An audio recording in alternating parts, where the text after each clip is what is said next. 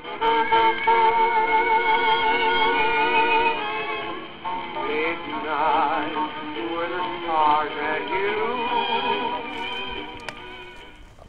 hello. My name is Salman Hamid, and I'm Assistant Professor of Integrated Science and Humanities at Hampshire College. I'm Kevin Anderson. I teach courses in film and anthropology at the University of Massachusetts, and this is Film Autopsy. Hello, and welcome to a film autopsy of the new film Shame, directed by Steve McQueen.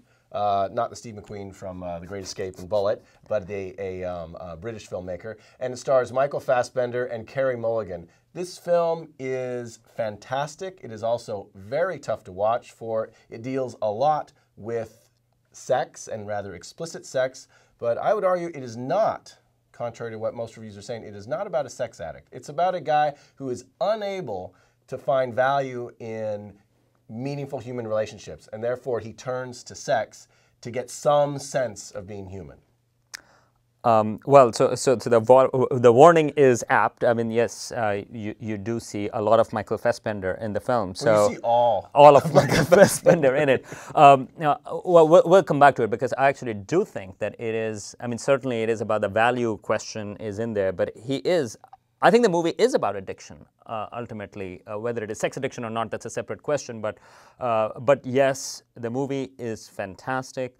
The movie is also highly disturbing. So it is quite likely that you may not like it right after you come out of the theater. But I think this is one of those movies that you would be thinking about certainly the next day. Absolutely. It definitely sticks with you. And one of the things that I think the director, Steve McQueen, does, which is amazing, it's a real triumph, is he has so much rather, for an R-rated film, rather explicit sex amongst, physically rather attractive people. I think emotionally and personally they're kind of ugly.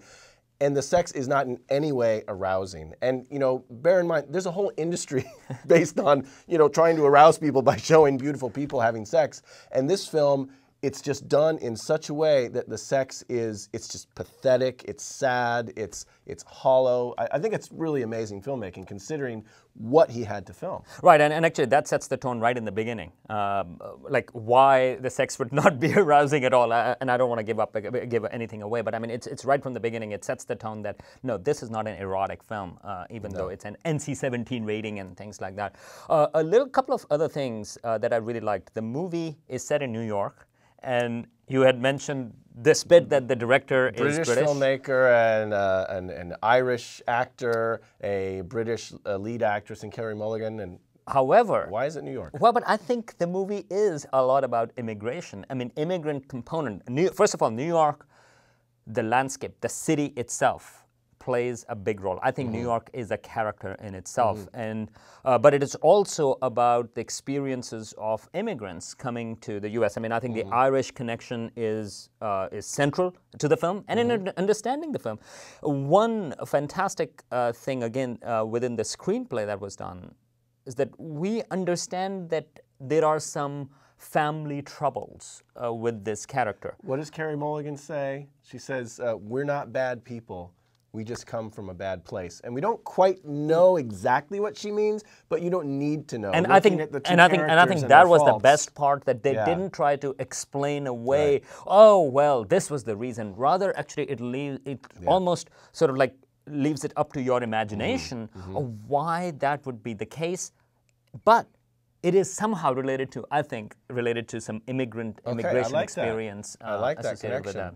I think just in a similar vein, that they don't talk about their upbringing, they don't talk about their parents, and there's like these kind of glaring absences. And so in a way, it almost is a rather artful way of commenting on their upbringing must have been quite skewed and rather difficult and probably quite ugly. But the filmmaker never nails it down and says, oh, that's why these two people are the way they are. We just see the ramifications of whatever that was, what has ever happened in the past. And I think it's fantastic. The relationship between Michael Fassbender and his sister in the film is quite difficult to watch. And I wouldn't say it borders on incest, but there's a suggested incestuous aspect to it. Let's put it this way: it's not normal. It's not normal. I mean, you would see it abnormal. But I think the interesting connection that comes in is with the fact that he is trying to be disconnected with people, even when he has sex, or even when, I mean, I think his biggest problem is when he actually to be intimate with anybody. And in the one scene where he's going to have sex where it means something, doesn't. it somehow stymies his libido. But I mean, the guy can't have sex unless it's meaningless. But with his sister, it is exactly the opposite, where she gets into relations even when she shouldn't be, or she is even more attached. So I thought actually that dynamic works very well. So do you think, I mean, I don't think the film is just, okay, it's about these two people who have these, you know, kind of psychosexual, you know, troubles. Can we read this film as a little bit of a parable, particularly coming out now in the internet age and just the kind of fast-paced, disconnected nature of society?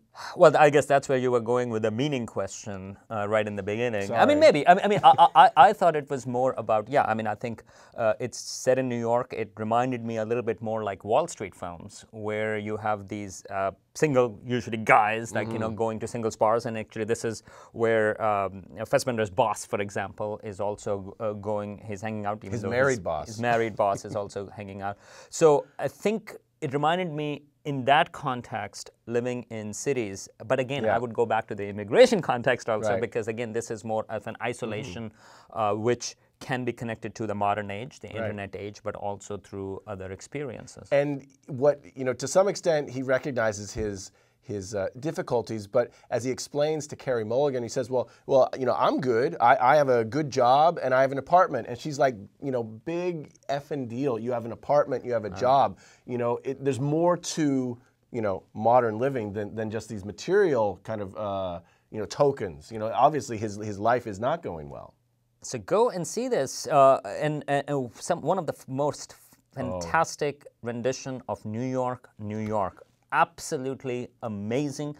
You hear the whole song done very slowly and pretty deliberately. Much in one take, close shot of Carey Mulligan. She completely changes the meaning of that iconic song. Absolutely, it's really, really brilliant. Absolutely spectacular.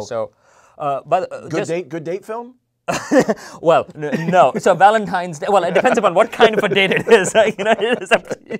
But do go and see it. But it is a tough movie. Be prepared, and it is NC-17. So if you are watching and if you are under 17, don't go. Yeah, don't go. It'll scare you away.